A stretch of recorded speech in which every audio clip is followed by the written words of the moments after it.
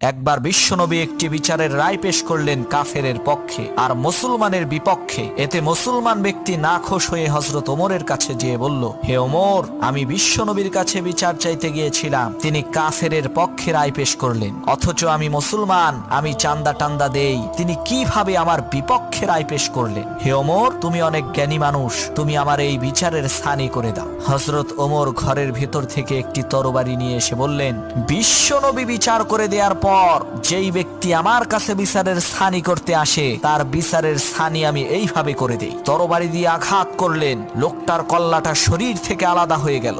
সমগ্র আরবের মধ্যে সংবাদ ছড়িয়ে পড়ল যে হযরত ওমর মুসলমান হত্যা করেছে। বিশ্বনবীও চিন্তিত। এদিকে আরশে আজিম থেকে মহান আল্লাহ রব্বুল আলামিন হযরত ওমরের কাছে খুশি হয়ে গেলেন। তিনি পবিত্র কোরআনের আয়াত নাজিল করে বললেন, হে নবী, আপনার রবের কসম, এই ব্যক্তি মুমিন ছিল না, সে ছিল মুনাফিক।